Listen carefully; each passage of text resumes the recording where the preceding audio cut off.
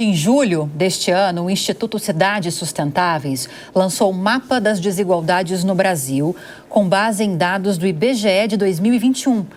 O grupo indicou quais são os maiores problemas das capitais brasileiras. Um dos balanços é referente à erradicação da pobreza. Neste caso, o estudo leva em conta o percentual de pessoas residentes em domicílios particulares, com rendimento real domiciliar per capita inferior a R$1,90 ao dia e melhor capital, nesse caso, nessa avaliação, Florianópolis, com percentual de 1,101, enquanto a pior foi Salvador, com percentual de 11,153. Eu tenho mais dados desse mapa das desigualdades, Levi, mas quero tocar com você. Se a gente tivesse de chutar onde estaria o melhor índice e onde estaria o pior índice, seria justamente nessas regiões que a gente citou. O que explica isso?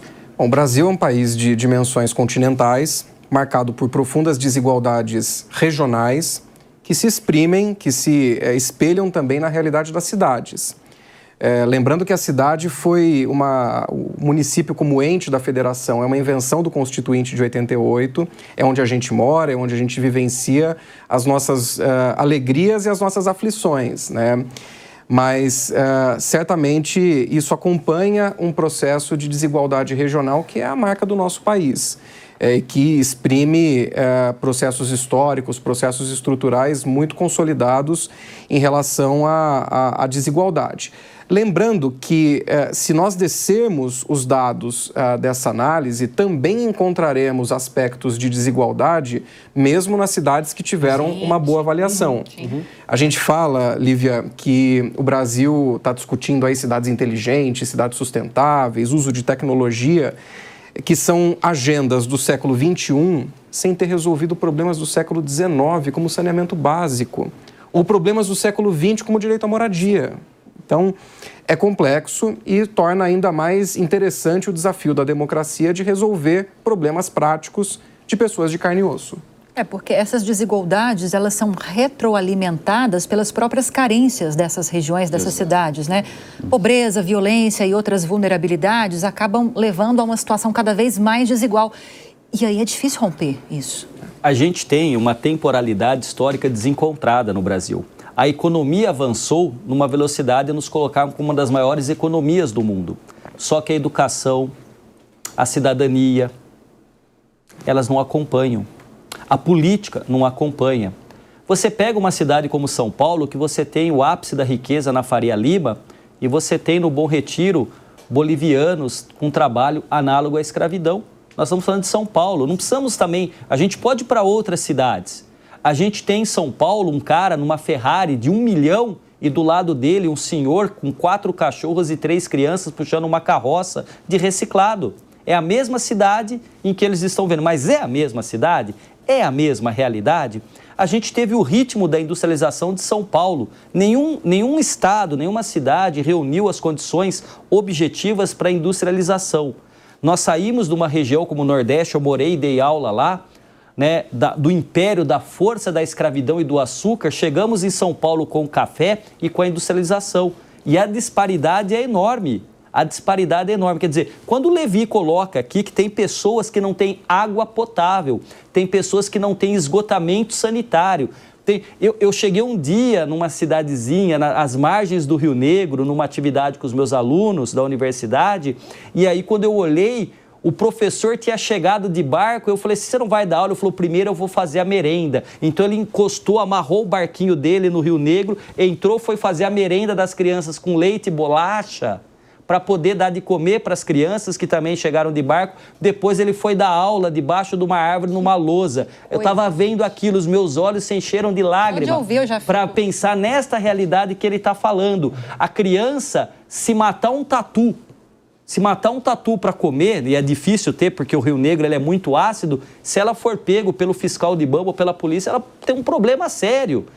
E não tem assim, então a gente está falando de uma sociedade cuja realidade é extremamente desigual em muitos aspectos. não é? E quando a gente traz a questão da cidade, eu gosto muito de uma expressão do professor Paulo Saldiva, da USP. Sim. Que o CEP de residência das pessoas, ele diz exatamente se ela vai morrer cedo, Sim. se ela vai morrer tarde. Então, você tem as pesquisas, a Rede Nossa São Paulo, por exemplo, lançou uma pesquisa que a diferença de expectativa de vida do morador do Alto de Pinheiros e do Jardim Ângela, mesma cidade de São Paulo, chega a mais de 20 anos. Sim. Na Covid, nós sabíamos exatamente quais eram os grupos vulneráveis, associando quem tinha mais risco de morrer pelo CEP. Sim. Porque se é um bairro que não tem saneamento básico, que não tem água, que as pessoas vivem 5, 6, 7, 8 pessoas dentro de uma habitação precária, o risco desse camarada, dessa pessoa morrer de Covid era exponencialmente ampliado. Então, essa coisa do CEP dizer muito sobre... E o CEP diz muitas outras coisas. O CEP diz se eu vou ter uma predisposição maior a ter problema coronariano, se eu tenho uma predisposição maior de ter depressão, ansiedade, morrer por conta de um problema pulmonar, se eu estou longe de uma área verde, por exemplo. E isso dá uma radiografia muito precisa dos problemas das nossas cidades. CEP. Se me permite, muito rápido... Você sabe que teve uma história lá no começo da Covid que quem trouxe a Covid no condomínio foi a mulher que voltou da Itália. Quem morreu foi o porteiro. Você entende? Faz todo sentido, né? Qual o CEP da moradora e o CEP do porteiro? Então, só para tornar concreto isso que ele falou com muita propriedade. Essas informações, Felipe e Clever, expõem, na minha opinião, uma fragilidade política de uma forma ainda mais evidente, porque já se sabe exatamente onde estão os problemas, quais os problemas, que tipo de problema, o que precisa aqui, o que precisa ali, mas mesmo assim a gente não consegue avançar na resolução desses problemas. Problemas que, olhando para um orçamento federal, por exemplo, ainda que a gente olhe para esses municipais e estaduais, problemas que, na perspectiva de um orçamento público, seriam simples de resolver, como essas histórias que você contou, simplesmente não são resolvidos. O problema está aonde? Na distribuição desses recursos, nas leis que ditam a distribuição desses recursos, nos políticos que têm as leis, mas não fazem a distribuição correta desses recursos, ou é um combo? Eu acho que é uma combinação de fatores. Eu acho que esses problemas são problemas que refletem a falta de Estado na vida dessas pessoas. E quando a gente fala de falta de Estado, a gente precisa pensar qual Estado a gente quer levar para essas pessoas. Refletem uma falta de priorização em políticas públicas em termos de orçamento e reflete também como está a política na ponta. Não adianta a gente pensar em grandes programas nacionais, grandes programas estaduais, se quem vai executar é quem está no município. Então, uma enfermeira de UBS no Jardim Ângela, ela tem o porteiro que está com Covid, ela tem uma mãe que está grávida, ela tem uma fila de gente para ser atendida, diferente de uma enfermeira que está numa UBS, por exemplo, em Alto de Pinheiros, somente para ter um PIN no mapa da Secretaria de Saúde. Então, eu acho que é um problema de centralização de políticas, de centralização de recursos e coordenação da operação do Estado. Acho que a gente pensa muito em tamanho do Estado, mas a gente não pensa em quem vai fazer esse Estado acontecer. Quem vai levar o Estado para resolver os problemas das pessoas. Agora, Clever, a descentralização é necessária, mas ela precisa ser feita da forma correta. A proposta que nós temos hoje, encabeçada pelos nossos líderes partidários, os nossos legisladores, que é colocar mais poder na distribuição dos recursos nas mãos do legislativo, é um caminho indicado para essa distribuição ou o caminho deveria ser outro? A reclamação é grande no sentido que os administradores públicos ficam refém, primeiro, dos critérios que glosam o orçamento, saúde, educação e depois o parlamento. Ou seja, no fundo, o presidente da República tem pouca possibilidade de manejar o orçamento e acaba ficando refém do parlamento e a gente acaba vivendo um parlamentarismo às avessas, né? Então, eu acho que nós precisamos repensar, muita gente falava no passado, na nova configuração do federalismo brasileiro. Hoje é muito centralizada a questão econômica nas mãos da União. E quem resolve o problema nosso do dia a dia é o prefeito. E acaba tendo um esvaziamento das competências municipais e estaduais e regionais e todo mundo pedindo dinheiro para o presidente, para o governador, e os prefeitos acabam ficando reféns politicamente da política mais regional e mais central. E aí o presidente e o governador acabam mais manejando politicamente as prefeituras, cria esse aspecto de dependência, e isso acaba desvirtuando a realização do serviço do bem-estar da população. Mas sobre aquela imagem que você trouxe da Bahia e de Santa Catarina, que nós estávamos comentando aqui... A gente consegue colocar de novo, enquanto o Clever descreve? Isso. É isso, Clever? Eu acho que tem um tratado de Tordesilhas às avessas aí, no seguinte exatamente sentido. Esse o termo. Por quê? Porque me parece que existe um polo regional no Brasil que vive em torno do Estado. Digo Estado lato sensu, município, União e Estados membros. Por quê? Porque mais de 80% dos municípios brasileiros são inviáveis economicamente.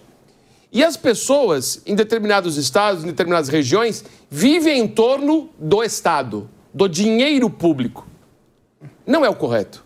O correto é que a atividade privada alimente a população no sentido de trazer mais arrecadação e a população perca essa ideia de dependência estatal. Esse mapa reflete um pouco isso. Ou seja, grande parte da população é refém de programas assistenciais, refém do político que domina a injustiça social para se perpetuar familiarmente naquela determinada região, enquanto em outras regiões o que lidera são as atividades econômicas e empresariais que acabam alimentando também de impostos a entidade pública de direito interno que consegue realizar o bem-estar social. Então a gente precisa tirar essa ideia de que o Estado é provedor de tudo para todos. Para alguns é necessário, para reduzir a desigualdade. Mas é preciso dar oportunidade. E quem dá a oportunidade é a atividade econômica. Nós precisamos fazer uma redistribuição dos polos econômicos no país para que determinados estados possam andar com as próprias pernas. E eu não tenho visto isso, e isso parece que é uma questão histórica que o Brasil vive. E aí, muitos políticos tiram proveito disso para se perpetuar no poder, porque o grau de dependência é muito grande. Enfim, eu vou receber o voto daquele que passa necessidade, eu faço um agrado para ele na época da eleição, e ele vota na minha família, na minha pessoa, e acaba que aquela região acaba empobrecendo cada vez mais. Eu acho que, nesse sentido, Boa Esperança do Norte vai virar um case de sociologia, administração pública, ciência política, para a gente entender, de fato, como um município que está se formando, que será inaugurado em 2025... Um agronegócio extremamente... É que a soja lá é forte demais. Então, esse município não vai passar serve sufoco. de exemplo? Clever, não serve? Desculpa. Não, eu acho que, de certa forma, é um exemplo, porque você ainda precisa ter um mínimo de um aparato estatal para formar um município. Exato. Então, o próximo gestor ou gestora vai ter que pensar em escola, creche, pavimentação, toda a sorte de recursos, e isso não vai vir do dinheiro do agronegócio somente. Então, vai precisar de repasse estadual, repasse federal, e aí como esse município vai se comportar, se formar, até conseguir a sua autonomia financeira, acho que vai ser um caso para daqui 10, 20 anos a gente estudar e entender os caminhos que ele tomou. E talvez esse e outros, mas cases interessantes são os municípios que, por exemplo, crescem muito, com muita pujança, por exemplo, próximo da atividade de mineração. Sim. Então, você tem um município pequenininho de 7, 10, 15 mil, você descobre uma mina, essa mina vai produzir mais minério do que o país no ano anterior. Veja o que acontece com os índices daquele município. Veja o que acontece com educação, com gravidez, com doenças sexualmente transmissíveis, com a violência. Então, assim, eu entendo a questão da atividade econômica, da pujança, mas uma atividade econômica, uma pujança que também seja socialmente pensada e não apenas concentrada. Porque a gente tem, de fato, regiões e cidades riquíssimas que, mesmo dentro delas, com atividade econômica pujante, tem também bolsões de miséria enorme. E eu entendo isso mesmo. Nisso que você falou, eu estava aqui lembrando das últimas eleições em que você consegue fazer o mapa do voto, em quem recebeu o voto, a partir da região, da renda e da maior ou menor dependência do Estado. Da maior ou menor dependência de ações estatais que estão presentes na vida dessas pessoas. Por isso que é importante fazer esse equilíbrio. Você me traz aqui, me desculpe interrompê-lo, uma questão, o Chile, vou pegar o Chile. O Chile é forte em cobre Isso. e lítio agora por causa das baterias, né? E o chinês está lá no Chile. No norte do Chile, nós temos ali a mineração pegando fogo. Os chineses estão no lítio porque eles precisam de bateria. E o cobre sempre foi um produto chileno de categoria. E o norte do Chile passa uma questão de desigualdade social enorme em fruto disso. Por isso que eu acho importante ter o desenvolvimento econômico, mas ter uma dosagem, aquela famosa palavra, calibragem, para poder evitar as desigualdades. Agora, o Clever trouxe um ponto. Eu acho que a gente tem que tomar muito cuidado com algumas cascas de banana que a gente, às vezes, fica, assim, louco de vontade de cair. E eu vou falar uma coisa, uma posição minha que talvez seja polêmica. Eu não sou contra a questão das emendas parlamentares. Se a gente pega a história constitucional brasileira, na ditadura, o Congresso Nacional aprovava o orçamento ou rejeitava. Então não tinha meio termo, muita interferência. O Executivo tinha, portanto, era o dono do orçamento. Depois a gente passou para a dinâmica das emendas que eram feitas e não eram pagas, enfim, e hoje a gente está com um cenário aí com o Congresso controlando uma boa parte do orçamento público. É claro, a gente pode e deve discutir que o município tenha mais autonomia, mais recursos, que receba a capacitação técnica do governo federal. O Ministério das Cidades existe para essa finalidade de orientação técnica dos municípios num contexto de desigualdade regional como é a das cidades brasileiras. Mas a gente não pode cair na fantasia, e acho que essa é uma discussão que a gente tem que fazer, que a melhor pessoa para definir o que Nazaré das Farinhas, o que Borá ou o que Sorriso, no Mato Grosso, precisa é um burocrata do Ministério do Planejamento. Ele não sabe, ele não vai chegar até lá. Sim. Ele está longe de lá. E não é porque ele é concursado ou porque ele é assim ou assado que ele vai conseguir dar a resposta eficaz para aquela localidade que está perdida no meio do Brasil profundo. Então, sim, nós precisamos ampliar a capilaridade do orçamento. Acho que as emendas cumprem um pouco esse papel, embora sejam instrumentalizadas num processo de disputa política. Mas nós temos que melhorar a qualidade da democracia, lembrando que o nosso Congresso Nacional, mesmo com todas as distorções, de algum modo espelha quem nós somos. Então, é difícil falar da política na terceira pessoa. Os políticos, eles são talvez mais parecidos conosco do que a gente gostaria de admitir. E fortalecer os mecanismos de controle, porque são obras auditadas pelo Tribunal de Contas, são obras auditadas, acompanhadas pelo Ministério Público. Então, acho que concentrar, o Clever traz isso, que é muito concentrado na União. E eu sou contra. Eu acho que não é o burocrata do Ministério do Planejamento que vai dar a melhor resposta para aquela pessoa que está a 5.000 quilômetros de Brasília. Talvez seja o deputado, mas aí a gente tem que melhorar a qualidade da democracia. Chegou num ponto.